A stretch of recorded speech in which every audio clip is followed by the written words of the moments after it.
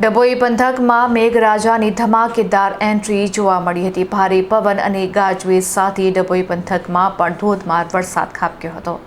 હવામાન વિભાગની આગાહીને પગલે ડભોઈ શહેર અને તાલુકા પંથકમાં મધ્યરાત્રિ બાદ મેઘરાજાએ ધમાકેદાર એન્ટ્રી કરી છે। દિવસભરની આકરી ગરમી અને અસહ્ય બફારાથી ત્રસ્ત નાગરિકોને આ વરસાદથી મોટી રાહત મળી છે।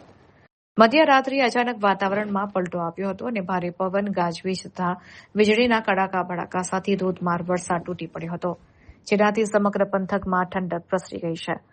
ભારે વરસાદને કારણે ડભોઈના મુખ્ય માર્ગો અને નીચાણવાળા વિસ્તારો પાણી થઈ ગયા હતા।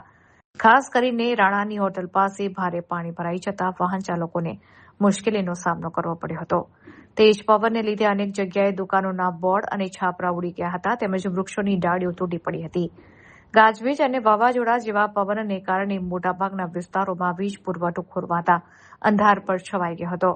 ચોમાસાની વાવણીની તૈયારી કરતા ખેડૂતો માટે આ વરસાદ આશીર્વાદ સમાન સાબિત થયો છે, જેથી તેમનામાં ખુશીની લહેર જોવા મળી રહી છે। એક તરફ વાવણી લાયક વરસાદથી આનંદ છે, તો બીજી તરફ ખેતરોમાં ખુલ્લામાં સૂકવેલા પાકને નુકસાન થવાની ચિંતા પણ સતાવી રહી છે। હવામાન વિભાગની આગાહી મુજબ આગામી દિવસોમાં પણ વરસાદી માહોલ યથાવત રહેવાની શક્યતા છે।